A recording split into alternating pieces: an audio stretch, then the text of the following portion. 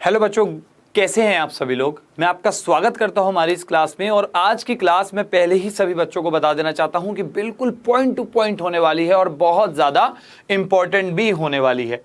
ठीक है, तो जितने भी बच्चे अभी हमारी इस क्लास में बैठे हुए हैं, जितने भी बच्चे हमारे साथ छोटे प्यारे जो भी बच्चे हैं भैया हमारी क्लासेस में जो रेगुलर आते हैं, उन सभी के लिए एक बहुत बढ़िया मौका है। जिन जिन बच्चों को निर्धनता वाला चैप्टर अभी तक कोई पुराना डाउट था वो भी उनका क्लियर हो जाएगा।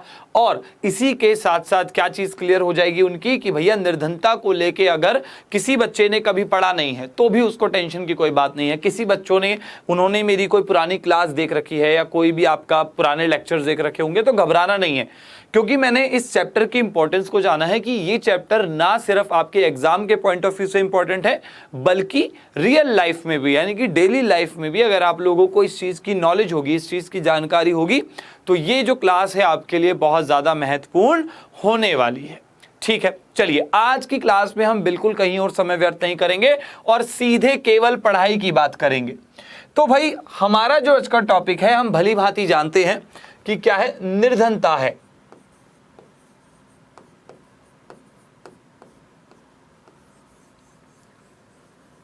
अब इस निर्धनता शब्द से हम क्या शब्द निकाल सकते हैं कि यार यहाँ पे निर्धन शब्द का प्रयोग करा गया है इस शब्द को बनाने के लिए, और ये जो शब्द है इसका तात्पर्य होता है गरीबी या गरीब। निर्धन है यानी कि गरीब है वह व्यक्ति, यानी कि इसी के साथ साथ हम क्या कह सकते हैं कि आर्थिक रूप से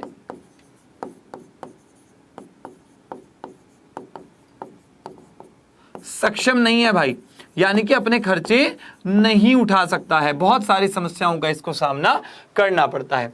अंग्रेजी भाषा में अगर यूज करें तो भैया पॉवर्टी जो होती है, हम इस शब्द का प्रयोग करते हैं जब भी हम निर्धनता के बारे में बात कर रहे होते हैं। अब अगर मैं बात करूं निर्धनता की, तो निर्धनता को बढ़ाने का कार्य कई सारे फैक्टर्स करते हैं। ये फैक्टर्स क्या करते हैं भाई, रेगुलर निर्धनता को यानी कि गरीबी को, हमारे देश की जो पॉवर्टी है उसको बढ़ाने का काम करते रहते हैं। कौन से फैक्टर्स थे वो फैक्टर्स थे जिसमें सबसे पहला फैक्टर था शिक्षा का अभाव। सभी को एक बार बढ़िया तरीके से कर लेंगे आज। शिक्षा का अभाव, एक तो ये आ गया। शिक्षा के अभाव के बाद जो दूसरा सबसे महत्वपूर्ण फैक्टर आता है वो है स्वास्थ्य सेवाओं की कमी।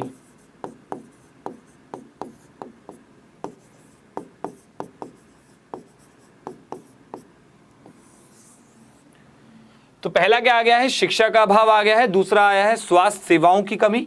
अगर निर्धनता को हम आगे लेकर जाना चाहें तो यहां पे कहीं ना कहीं बेरोजगारी भी जो है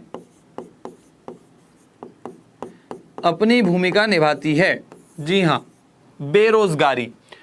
तो ये कुछ ऐसे फैक्टर्स हैं हमारे जो कि हमारी निर्धनता को क्या करते हैं, बहुत ज्यादा बढ़ा देते हैं या कॉन्टिन्यूसली क्या करते रहेंगे यार, ये ना कई सारी प्रॉब्लम्स हमारे लिए नई खड़ी कर देते हैं। जैसे अगर हम शुरुआत करें शिक्षा के अभाव की, शिक्षा के अभाव से अगर हम शुरू करते हैं अपनी क्लास को दोबारा से बढ़िया तरीके से, तो शिक्षा का अभाव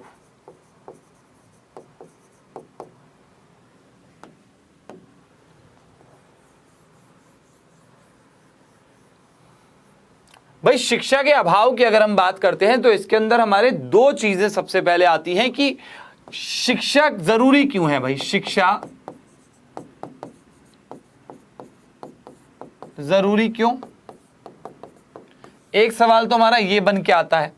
दूसरा सवाल जो हमारा बनकर आता है वो किस चीज के ऊपर होता है, वो होता है, पहला क्या हो गया, शिक्षा जरूरी क्यों है, और दूसरा सवाल आता है कि भाई शिक्षा को या शिक्षा की कमी की स्थिति में क्या होगा, यानी कि शिक्षा न हो तो क्या प्रभाव पड़ेगा।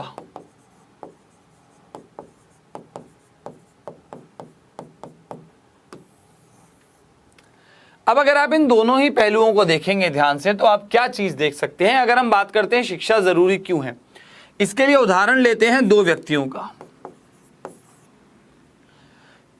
अब इन दो व्यक्तियों की बात करते हैं, चलिए नाम रख देते हैं, आज थोड़ा सा इंटरेस्टिंग बनाएंगे क्लास को और इनको नाम देते हैं। तो भाई एक का नाम हम क्या रखेंगे, भोला राम नाम रखेंगे।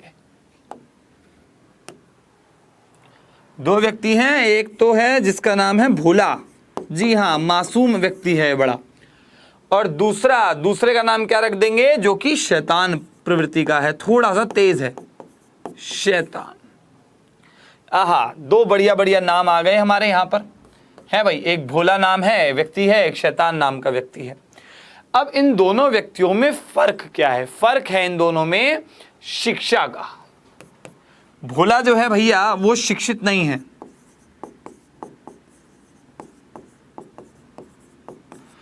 अच्छा इसका मतलब ये नहीं है कई बच्चे ये समझें कि यार अगर शिक्षा हमने प्राप्त नहीं करी तो हम भोले कहलाएंगे। नहीं भैया, भोला उस सेंस में नहीं जा रहा है। ये भी मत समझना कि अगर शैतान ने शिक्षा हासिल कर रखी है तो भैया वो शैतान बन जाएगा, यानी कि सारे के सारे एजुकेटेड आदमी जितने भी हैं सब शैतान। ऐसा कहने का भाव बिल्कुल नहीं है। भाव क्या है कहने का कि भैया ये जो है व्यक्ति शैतान है बड़ा और शिक्षित है। या चलिए नाम चेंज कर देते हैं, बच्चे कहेंगे भैया ऐसा मत करो, हमें दिक्कत आ जाएगी, बच्चे कहेंगे कि आप सब पढ़ने वाले बच्चे शैतान हैं, तो नाम रखते हैं बारूद सिंह। बारूद सिंह, ओह क्या नाम रखा है मैंने, बारूद सिंह। तो एक का नाम है भोला, एक का नाम है बारूद सिंह। भोला जो है वो शिक्षित नहीं है और बारूद सिंह जो है वो शिक्षित है, एकदम बारूद की तरह है, एकदम हल्की सी माचिस लगा दो भटाक सारा का सारा ज्ञान बाहर आ जाएगा। तो ये दोनों ही जो व्यक्ति हैं हमारे, ये मान लेते हैं कि ये दोनों व्यक्ति हमारे किसान हैं, और इन दोनों ने ही चावल की यानी कि धान की खेती करी है। अब चावल की खेती तो इन्होंने कर ली, खेती करने के समय पर भी इनको कई सारी समस्याओं का सामना करना पड़ा था, जैसे कि जिसमें सबसे बड़ी समस्या थी नई किसान पद्धति को अपनाना, यानी कि खेती करने की नई नई टेक्निक्स को अपनाने की। अब जो व्यक्ति शिक्षित ही नहीं है, वो पढ़ लिख नहीं सकता, वो ये नहीं समझ पाएगा कि यार इस पद्धति के अलावा भी कोई और टेक्निक हो सकती है, तो वो क्या करेगा, वो अपना उसी पुरानी तकनीक से करता रहेगा, उन्हीं बीजों का इस्तेमाल करेगा, ठीक है, अपना जो उसके बाद रिसोर्स होंगे वो करेगा, वो नई चीज़ों को नहीं सीखेगा, वो मौसम की गतिविधियों के बारे में नहीं जान पाएगा। क्यों? क्योंकि शिक्षित नहीं है, पढ़ नहीं सकता है, अखबार नहीं पढ़ सकता है, बाकी की अन्य चीज़ें समझने में उसको एक पढ़े लिखे आदमी के मुकाबले ज़्यादा कठिनाई का सामना करना पड़ेगा। वहीं अगर हम बारूद सिंह की बात करें, जो कि एक शिक्षित व्यक्ति है, उसको नई नई टेक्निक का पता है, उसको पता है यार कि इन हाइब्रिड बीजों का इस्तेमाल करूंगा तो इसमें कीड़े भी कम लगेंगे, इसकी पैदावार भी अच्छी होगी, फसल क्वालिटी भी बढ़िया होगी, इन उर्वरकों का प्रयोग करूंगा तो खेती बढ़िया हो जाएगी, गलत उर्वरकों का कीटनाशकों का इस्तेमाल नहीं करना है, नेचुरल खेती करनी है दोनों को ही, लेकिन थोड़ा बहुत कहीं ना कहीं ये अलग अलग टेक्निक्स के जरिए, अलग अलग प्रौद्योगिकी के जरिए ज़्यादा आगे निकल जाता है। तो पहली बात तो यही अंतर साबित आ गया कि जो बारूद सिंह के द्वारा, क्योंकि वो शिक्षित है और शिक्षा प्राप्त होने के कारण वो कई अलग अलग चीज़ों को ज़्यादा बेहतर तरीके से समझता है, तो क्या चीज़ कर सकता है वो एक काम कर सकता है कि उसकी जो फसल होगी, उसकी जो पैदावार होगी, वो भोले के जो भोला नाम का जो व्यक्ति है उसके कंपैरिजन में, उसके मुकाबले में ज़्यादा शानदार होगी, ज़्यादा बढ़िया होगी। एक चीज़ तो हमारी आ जाती है ये। इसके विपरीत जो दूसरा फैक्टर आता है वो है कि यार चलो पैदावार तो तैयार हो गई, अब मार्केट में भी तो जाना है। अब भैया मार्केट में दोनों व्यक्ति जाते हैं, भोले भाई साहब भी जाते हैं, और भोले भाई साहब को जो ऑफर दिया जाता है वो दिया जाता है 1000 रुपये पर टन, यानी एक टन पर 1000 रुपये उसको प्राप्त होंगे, 1000 रुपीज। बारूद सिंह को जो है उसको भी 1000 रुपये कहा गया, लेकिन क्योंकि बारूद सिंह शिक्षा प्राप्त कर रखी है, वो पढ़ता रहता है, वो न्यूज़पेपर में देखता रहता है कि सरकार क्या मिनिमम मूल्य दे रही है, कितना दे रही है, क्या कर रही है।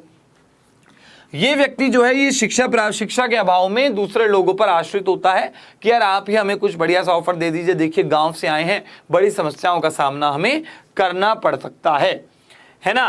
तो दूसरी चीज जो क्या है, दूसरी चीज जो हमारे सामने आती है वो क्या हो सकती है कि हमारा जो बारूद सिंह है उसने कहा कि भाई 1000 रुपये टन क्यों भाई, बहुत कम दे रहे हो यार तुम तो, कम से कम 3000 रुपये टन चल रहा होगा इसका मुकाबला, जो प्राइस है इसका, किसका, चावल का जो मूल्य है।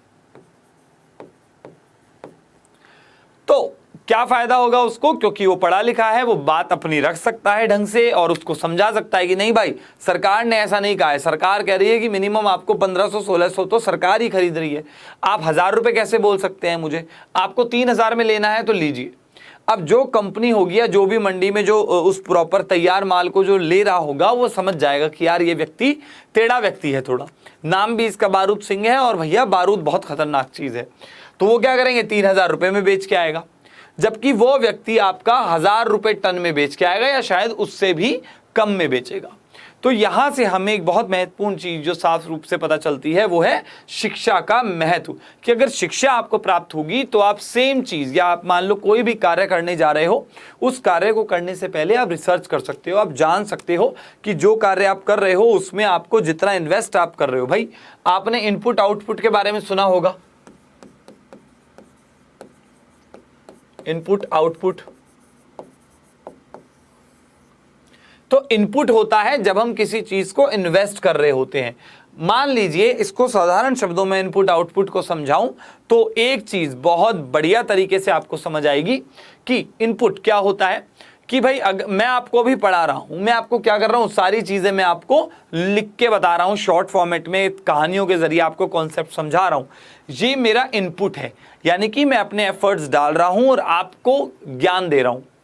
अब आप लोग उस ज्ञान को कितना लेते हो, कितने अच्छे से याद करते हो, रिवाइज करते हो, परफॉर्म करते हो, और जब आप एग्जाम में बैठोगे और जो आपके मार्क्स आएंगे पेपर चेकिंग वगैरह के बाद, वो आपका आउटपुट होगा। तो इनपुट और आउटपुट इन दोनों के बारे में समझना बहुत ज़्यादा ज़रूरी हमारे लिए हो जाता है। तो इनपुट और आउटपुट हो गए, ये बात भी हमने कर ली कि भैया चलिए इनपुट ये हो गया, आउटपुट ये हो गया, क्या किया जाए, कुछ नहीं कर सकते। तो इनपुट और आउटपुट यानी कि अब जितना इनपुट उसने दिया अगर उतना आउटपुट उसको नहीं मिल रहा है तो वो नहीं बेचेगा। जबकि जो भोला है भैया वो मासूम है, शिक्षित नहीं है, वो बातों में आ जाता है बहुत आसानी से। क्यों? क्योंकि शिक्षा प्राप्त नहीं है, अपना स्टैंड नहीं रख पा रहा है, उसके बाद दलीलें नहीं है। भाई मंडी वाला बोलेगा, भोले ने भी बोला होगा, ऐसा नहीं है कि नहीं बोला होगा, भोले ने भी बोला होगा कि भाई ये तो प्राइस कम लग रहा है मुझे, है बाहर वालों को तो ज़्यादा दे रहे हैं। तो भैया लेकिन जो पढ़ा लिखा व्यक्ति है वो आसानी से किसी अनपढ़ व्यक्ति को, जो उसने शिक्षा प्राप्त नहीं करी, वो अपनी दलीलें नहीं रख पाएगा, उसके पास ज़्यादा ठोस चीज़ें नहीं होंगी। ज़्यादा से ज़्यादा वो क्या कर सकता है, या तो 1000 रुपये में बेचेगा या खाली आएगा। वो दलीलें दे के 10-4 चीज़ें सुना के बोल के अपना माल जो है, अपनी जो फसल है, अपनी जो पैदावार है उसको बेच नहीं सकता है। जबकि ये व्यक्ति ऐसा कर सकता है, ये क्या कहेगा, अरे 1000 रुपये में ले रहे हो, लूट रहे हो, अभी जाऊं कंप्लेंट करने तुम्हारी क्या कहते हैं कंज्यूमर फोरम में कि भैया इतना बुरा हाल कर रखा है मंडी वालों ने। तो इस तरीके से वो क्या करता है, अपनी बातों में उलझा लेता है और अपनी जो शिक्षा है, अपनी जो बातचीत करने का तरीका है, जो ज्ञान उसको प्राप्त हुआ है थोड़ा बहुत चीज़ें देख के, इधर उधर से पढ़ के, इन सभी का प्रयोग करके वो पर टन पर ही 2000 रुपये का बेनिफिट कमाता है। यानी अगर 20 टन भी हुआ तो 20 टन पे कितना कमाएगा भाई? अगर 1 टन पे 2000 कमा रहा है, अगर 1 टन पे 2000 है तो 20 टन पे कितना होगा?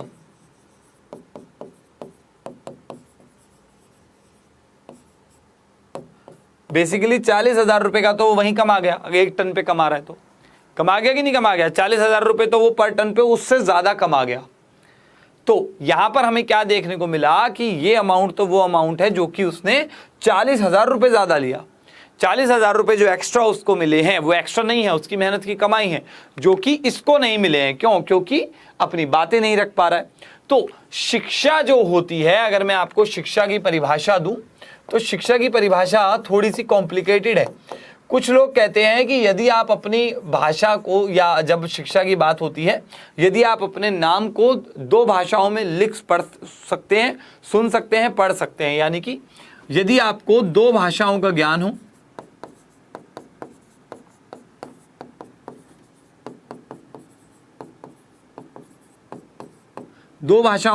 हो, वो अपना नाम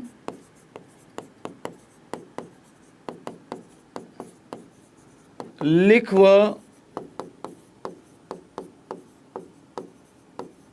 बोल सकते हैं।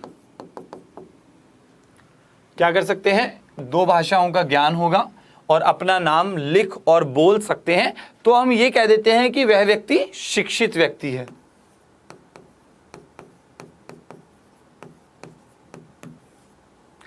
अब शिक्षित व्यक्ति के बारे में तो हमने बता दिया, लेकिन यहां पर एक पॉइंट जो हमारा मिस हो रहा है वो है कि क्या शिक्षा की परिभाषा केवल इतनी ही हो तो ठीक है, लेकिन मेरे हिसाब से ऐसा बिल्कुल भी नहीं होना चाहिए। क्यों? क्योंकि हमारी जो शिक्षा है बेटा वो इतना छोटा स्तर उसका नहीं होना चाहिए। यानी शिक्षा केवल पढ़ना लिखना ही नहीं बल्कि समाज में आप का व्यवहार यानी कि आपका बिहेवियर किस प्रकार का है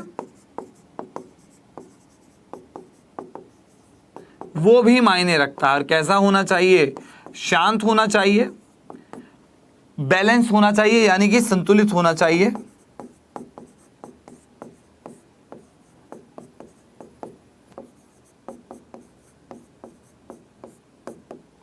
तो ये जो चीजें हैं हमारी होना बहुत ज्यादा जरूरी हो जाता है। अगर आप समाज में आपका व्यवहार गलत होगा तो हम क्या कहते हैं, यार पढ़ा लिखा गंवार है। हम अक्सर इस शब्द का इस्तेमाल करते हैं कि यदि कोई बहुत पढ़ा लिखा भी हो लेकिन समाज में उसका व्यवहार जो है वो उपयुक्त नहीं है, संतुलित नहीं है, बैलेंस नहीं है बंदा वो, इंसान वो, तो हम कह देते हैं ना यार ये तो पढ़े लिखे गंवार है, कुछ नहीं आता, बस डिग्री हासिल कर ली है, दिमाग से पैदल है बिल्कुल, है ना। तो इस तरीके के शब्दों का हम इस्तेमाल करते हैं कि यार कोई काम का व्यक्ति नहीं है, बेकार व्यक्ति है।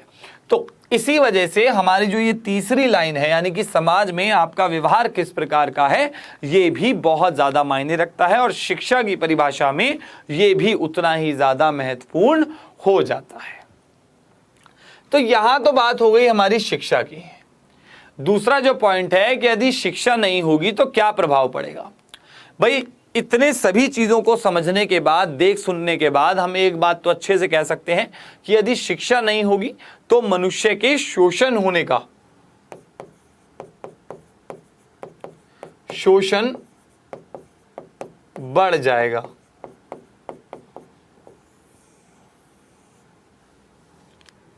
क्या बढ़ जाएगा? शोषण बढ़ जाएगा। और क्यों बढ़ जाएगा शोषण? क्योंकि अगर भाई शिक्षा नहीं होगी तो आप इन तीनों का फॉलो नहीं कर सकते, आप अपना नाम नहीं पढ़ सकते, आप बातचीत नहीं कर सकते। इसी में अगर आप एक और चीज कर दें कि भैया या चलिए 3 ही काफी है, आई थिंक इनफ होगा।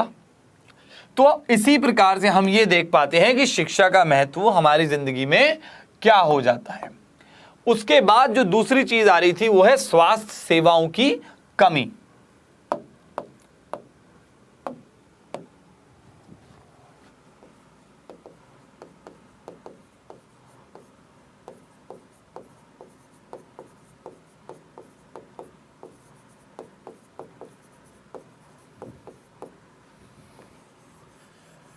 अब भाई स्वास्थ्य सेवाओं की कमी से क्या तात्पर्य हो सकता है, इसके अंदर जानने के लिए हम एक चीज तो ये जानेंगे कि स्वास्थ्य होता क्या है, स्वस्थ व्यक्ति है कौन, स्वस्थ कौन है। स्वस्थ वह व्यक्ति होता है जिसको कोई बीमारी ना हो, बीमारी नहीं होनी चाहिए। साथ ही साथ कौन हो सकता है, जो कि शारीरिक और मानसिक रूप से हेल्दी हो।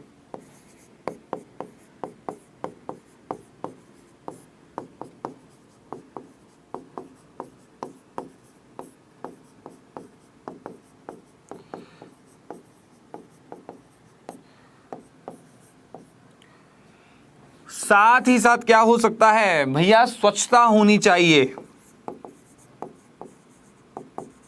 स्वच्छता के साथ क्या चीजें जरूरी हैं, स्वास्थ्य की अगर हम बात करते हैं, साफ पानी, साफ हवा व संतुलित आहार।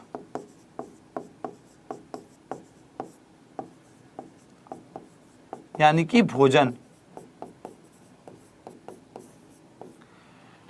तो हमें क्या देखने को मिलता है कि स्वस्थ व्यक्ति वह है जो बीमार नहीं है। अब अगर आप में से कोई बच्चा बहुत ज्यादा बीमार हो जाता है, खांसता रहता है, बुखार में रहता है, कमर दर्द हो रहा है, सर जी सिर में दर्द हो रहा है, किसी के किडनी में हार्ट अटैक आ रहा है, किसी के भैया कोई और दिक्कत हो रही है, तो क्या चीजें देखने को मिलती हैं कि भैया बीमारी नहीं होनी चाहिए तभी वह व्यक्ति स्वस्थ कहलाएगा। दूसरा, शारीरिक और मानसिक दोनों ही चीजें जरूरी हैं। अगर कोई व्यक्ति शारीरिक रूप से बीमार नहीं है, भैया बुखार नहीं आ रहा है, पेट में भी दर्द नहीं है, खांसी जुकाम भी नहीं है, कोविड भी नहीं है, और किडनी में भी कोई हार्ट अटैक नहीं आता है, हमारी किडनी भी ठीक है और हार्ट भी ठीक है, तो क्या वो बच्चा हेल्दी होगा, स्वस्थ होगा? नहीं, जब तक नहीं होगा जब तक उसकी मानसिक स्थिति के बारे में भी ना जाना जाए। भाई ये बात हम भली भांति जानते हैं कि मानसिक रोग भी होते हैं, डिप्रेशन हो गया, एंग्जाइटी हो गया, और आज के समय पे बहुत ज़्यादा फेमस भी हो गए हैं भैया, बहुत ज़्यादा इनका प्रचलन बहुत ज़्यादा बढ़ गया है। इनके ट्रीटमेंट के लिए अलग अलग भैया निकल रहे हैं कि यार हमें तो डिप्रेशन दूर करा दो जी सर जी हमारा, बस अब आप इतना कर दो, सिर्फ डिप्रेशन हमारा बाहर चला जाए, सिर्फ इतना कर दीजिए आप। तो इस तरीके की समस्याएं बनती हैं। तीसरा जो है कि भैया स्वच्छता हो। अब भैया व्यक्ति बीमार नहीं है, ना मानसिक रूप से है ना शारीरिक रूप से बीमार है, पूर्ण तरह स्वस्थ है, लेकिन उसके आसपास स्वच्छता नहीं है, तो भाई अभी स्वस्थ है, स्वच्छता न होने के कारण बीमार पड़ सकता है, चांसेस फुल है। दूसरा है साफ पानी। चलो भैया स्वच्छता है लेकिन साफ पानी की सुविधा नहीं है, यानी कि पानी कहाँ से पी रहे हो? अरे भाई पी लो, नल है यार, लगा मुंह और पीना चालू कर दे नल, पता चले नल में भैया शुद्धियाँ आ रही हैं, बहुत ज़्यादा क्या कहते हैं बैक्टीरिया या इन सब की का जो अनुपात है वो बहुत ज़्यादा हो गया है, मिनरल्स नहीं है बचे, तो वो साफ़ पानी नहीं होगा, वो पानी आपको बीमार कर देगा। सेम चीज़ आती है आपके साथ हवा के साथ। और तीसरा जो संतुलित आहार है, संतुलित आहार के साथ बेटा हमारा जो है वो कुपोषण जुड़ जाता है। संतुलित आहार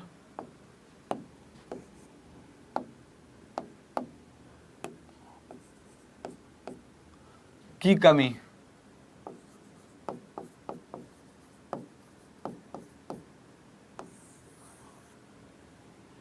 क्या है? संतुलित आहार की कमी के कारण क्या क्या चीजें हो सकती हैं।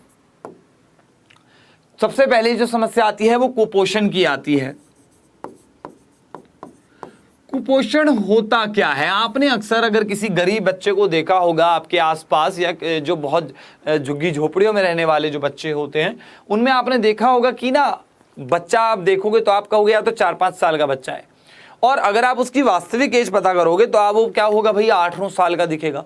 तो वो क्या होता है कि जब हमारी जो वास्तविक उम्र है और हमारी जो उम्र दिखाई दे रही है उसमें आपको फेरबदल देखने को मिले, कुछ में आप बहुत ज़्यादा मोटे हो जाते हो। जी हाँ, वजन बढ़ना भी कुपोषण का एक शिकार होता है, जिसके अंदर पूरा शरीर कमज़ोर हो जाता है लेकिन पेट फूल जाता है। अब सभी बच्चे कह रहे होंगे अरे भैया ऐसा भी मत कहो, हमारे घर में तो लगभग कितने ही लोग हैं जिनका केवल पेट निकला हुआ है। तो भारतीय लोगों में ये समस्या बनी हुई है, हमारे जेनेटिक्स कुछ इस तरीके के हैं कि हम लोग फैट स्टोर करने में बहुत ज़्यादा आगे रहते हैं भैया, तो इस वजह से ये समस्या है। अदरवाइज कुपोषण जो है वो होता है शरीर का कमजोर हो जाना।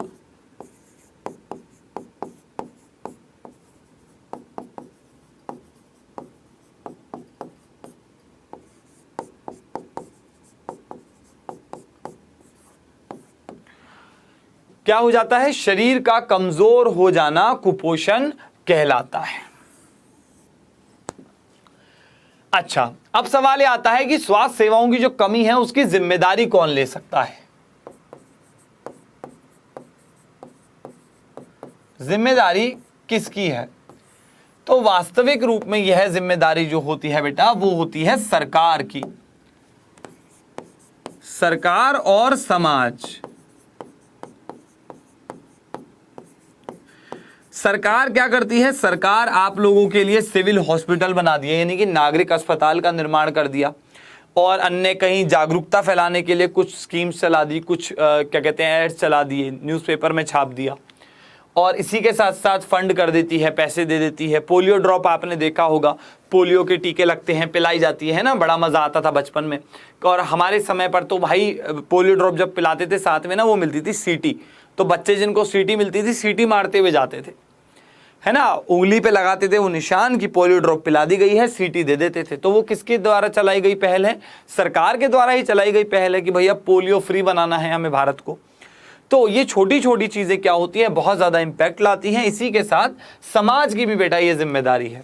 क्यों जिम्मेदारी है? कि अगर समाज हमारा ये नहीं समझेगा कि भाई स्वास्थ्य सेवाओं का महत्व कैसे बहुत ज़्यादा है, स्वच्छता का महत्व कितना ज़्यादा है, तब तक वो क्या करेगा? तब तक वो पूर्ण रूप से स्वस्थ नहीं कहलाएगा।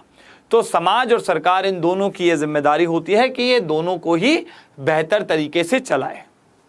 ये बात हो गई हमारी स्वास्थ्य सेवाओं की कमी की। अब अगला जो हमारा पॉइंट आना था वो है भैया किसके ऊपर, बेरोजगारी के ऊपर। जी हां, फाइनली बेरोजगारी तक हम आए हैं।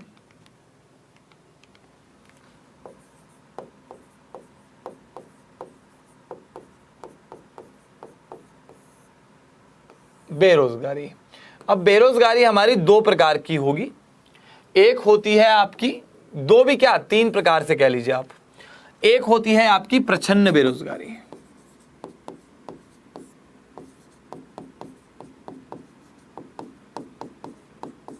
या प्रच्छन्न की जगह अगर मैं और साधारण शब्द का प्रयोग करूं तो और साधारण तरीके से हम इसको बोल सकते हैं कि भैया ये होती है छुपी हुई बेरोजगारी।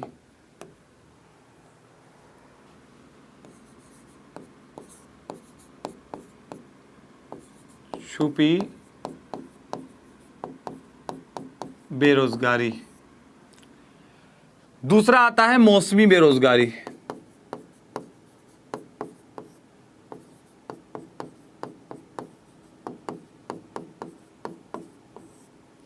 तीसरा क्या आता है, पहला तो हो गया छुपी बेरोजगारी, दूसरा हो गया मौसमी बेरोजगारी, और जो तीसरा है वो आएगा शिक्षा के क्षेत्र में बेरोजगारी।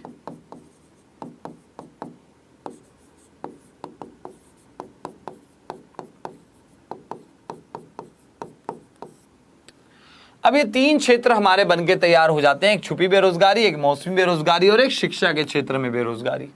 इसको समझना हमारे लिए बहुत ज्यादा जरूरी हो जाता है। और क्यों जरूरी होता है, जरूरी इसलिए होता है, छुपी बेरोजगारी जो होती है वो होती है, इसको समझेंगे, ये होती है अक्सर बेटा, भाई मान लेते हैं खेती कर रहे हैं आप लोग, खेती करते समय आपने ये डिसाइड किया कि यार हमें बाहर से मजदूर लाने की जरूरत नहीं है, आवश्यकता नहीं है, हमारा परिवार बड़ा है, हमारा परिवार ही खेती में लगेगा और हम करेंगे। और मान लेते हैं खेती में कितना आप लोग कर सकते हो, आप लोग ये कर सकते हो कि आपको फुल उत्पादकता पे जाना है, यानी कि फुल प्रोडक्टिविटी,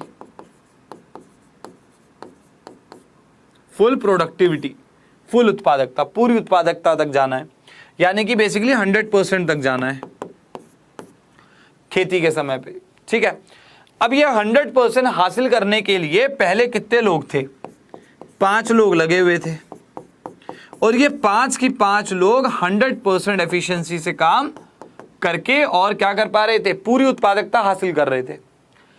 अब हुआ क्या, हुआ ये कि उस परिवार के 3 और सदस्य ऐसे थे जिनके पास रोजगार नहीं था, तो उसी परिवार के 3 सदस्य और जुड़े, और टोटल कितना हो गया, 8 हो गया टोटल। अभी 8 लोग भी 100% से काम कर रहे हैं, लेकिन सवाल क्या आता है, सवाल ये आता है कि जब 5 लोग काम कर रहे थे तो सेम अवधि में भी 100% का ही उत्पादन हो रहा था, और जब 3 और लग गए काम करने तो भी 100% का ही उत्पादन हो रहा था। यानी ज्यादा लोगों के जुड़ने के बावजूद भी हम प्रोडक्टिविटी को, हम उत्पादकता को नहीं बढ़ा पाए, हम प्रोडक्टिविटी की ग्रोथ ही नहीं कर पाए। तो ऐसी स्थिति में जो ये 3 लोग हैं ये छुपी बेरोजगारी का शिकार बनते हैं, यानी कि ये छुपी हुई बेरोजगारी का हिस्सा है। भाई काम कर रहे हैं पर कोई फायदा नहीं हो रहा, कोई प्रोडक्टिविटी नहीं है, कोई इंक्रीज नहीं हो रही, ना तो क्वालिटी इंक्रीज हो रही, ना ही क्वांटिटी इंक्रीज हो रही। तो इसलिए हम इसे बोल देते हैं छुपी हुई बेरोजगारी। पता नहीं चलता है, इन 3 को भी नहीं पता होगा। ये 3 तो सोच रहे होंगे यार परिवार की मदद कर रहे हैं, लेकिन वास्तविक तौर पर प्रोडक्टिविटी में कोई भी बदलाव नहीं आता है। उसके बाद जब मैं मौसमी बेरोजगारी की बात करता हूं तो मौसमी बेरोजगारी होती ही आपकी एग्रीकल्चर वाले क्षेत्र में है, यानी कि खेती में होती है। भैया हम सभी ये अच्छी भली बात ही जानते हैं कि हम एक साल में कई फसलें उगाते हैं, और उन फसलों के बीच में हम क्या करते हैं, भाई आपने खरीफ, रबी, है ना, इन सभी फसलों के बारे में बताया था आपको मैंने, जायद हो गया, रबी हो गया, खरीफ हो गया। तो इन सभी फसलों के बीच में थोड़ा थोड़ा गैप होता है, थोड़ा थोड़ा समय के लिए जो भूमि है उसको छोड़ा जाता है पड़ती, कि यार क्या कहते हैं, वापस से जिंदा हो जाएगी भूमि, इसमें न्यूट्रिशन बढ़ जाएगा दोबारा, नहीं तो भूमि बंजर हो जाती है अगर आप लगातार एक ही भूमि पर फसलें उगाते रहो। और अगर आप एक ही प्रकार की फसल उगा रहे हो तो और भी जल्दी कमी हो जाएगी भूमि में, पोषक तत्वों की, बंजर हो जाएगी वो। तो मौसमी बेरोजगारी होती है खेती के क्षेत्र में, कृषि क्षेत्र में, यानी कि प्राथमिक क्षेत्र में।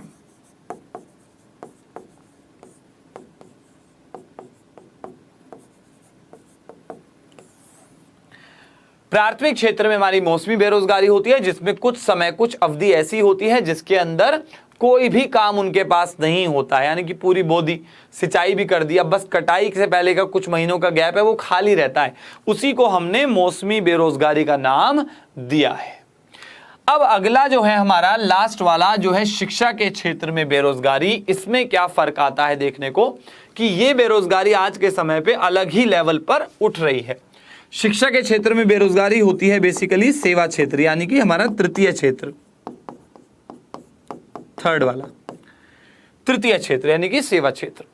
अब होता क्या है कि हमारा जो एजुकेशन सिस्टम है वो कुछ इस तरीके से डेवलप्ड है अभी तक कि हम लोगों को जो चीजें पढ़ाई जाती है ना वो अक्सर नौकरी पाने के लिए ज्यादा रेस दिखाई देती है कि यार रेस लग रही है, घोड़े दौड़ रहे हैं, आप भी उन्हीं घोड़ों में से एक घोड़ा हो, जो पहले पहुंच जाएगा वो आगे पहुंच जाएगा, उसे जल्दी आराम मिल जाएगा, चारा मिल जाएगा खाने को। तो हमारी शिक्षा प्रणाली कुछ इसी तरह की अभी है। इसी कारण से होता क्या है कि इस पूरे की पूरे स्ट्रक्चर से जब लोग निकलते हैं तो उनके पास विकल्प ज्यादा नहीं होते हैं। बिजनेस अगर स्टार्ट करना है तो बिजनेस कैसे करा जाए, कैसे ना करा जाए, क्या गलतियां एक आम आदमी करता है, इनके बारे में किसी भी स्कूल में कुछ नहीं पढ़ाया जाता। खेती के बारे में स्कूलों में नहीं बताया जाता कि यार चलो आज खेत पे लेके चलते हैं, इनको दिखाते हैं खेती कितने प्रकार की है, अगर आप ऐसे करते हैं तो आपको इतना बेनिफिट हो सकता है। तो अगर आप लोग एजुकेशन सिस्टम में इस तरीके की चीज़ों को नहीं ऐड करेंगे तो ये अकेला सेवा क्षेत्र कितना भार उठा पाएगा। यही कारण है कि सरकार जो है वो सेवा क्षेत्र में नौकरी लाने में असक्षम हो रही है। क्यों? क्योंकि जनसंख्या जो है, शिक्षा के क्षेत्र में जो बेरोजगारी है वो प्रतिदिन बहुत तेजी से बढ़ रही है और मौसमी बेरोजगारी या छुपी हुई बेरोजगारी कम हो रही है। कारण यह है कि भाई लोग आजकल खेती करना ही पसंद नहीं करते हैं। तो ये छोटी छोटी चीजें क्या करती हैं, हमारे लिए बहुत ज्यादा बड़ा इंपैक्ट लेकर आ जाती हैं। तो ये एक बड़ा कारण होता है हमारा। तो अभी आज की क्लास में हम लोगों ने 3 चीजों के बारे में जाना, जिसमें सबसे पहला स्टेप था हमारा, हमने निर्धनता को जाना। निर्धनता को जाना। निर्धनता के बाद हमने ये देखा कि शिक्षा का क्या है सीन पूरा इसके अंदर। शिक्षा के बाद हमने स्वास्थ्य के लिए जाना। अच्छा, एक और चीज ये भी है कि स्वास्थ्य अगर आपका ठीक नहीं है तो उससे निर्धनता क्यों होगी। भाई अगर आपकी हेल्थ अच्छी नहीं है और आपको अगर बीमार आप हो गए हो तो आपको डॉक्टर के पास जाना होगा, जो कि एक अच्छा महंगा ट्रीटमेंट होता है, अच्छा खासा पैसा खर्च होता है। निजी अस्पतालों में जाओगे तो और भी बढ़िया शानदार पैसा खर्च होगा। तो इन्हीं चीज़ों को रोकने के लिए कहा जाता है कि स्वास्थ्य ठीक होना चाहिए, तब कम से कम आपके जो हेल्थ के ऊपर जो खर्चे हो रहे हैं, शरीर या अपनी सेहत के लिए जो खर्चे आप कर रहे हो, उनसे आप बच सकते हो, निर्धनता से थोड़ा सा दूर आ सकते हो। तो निर्धनता हो गई, शिक्षा हो गई, स्वास्थ्य हो गया और अंत में हमने बेरोजगारी भी कर ली।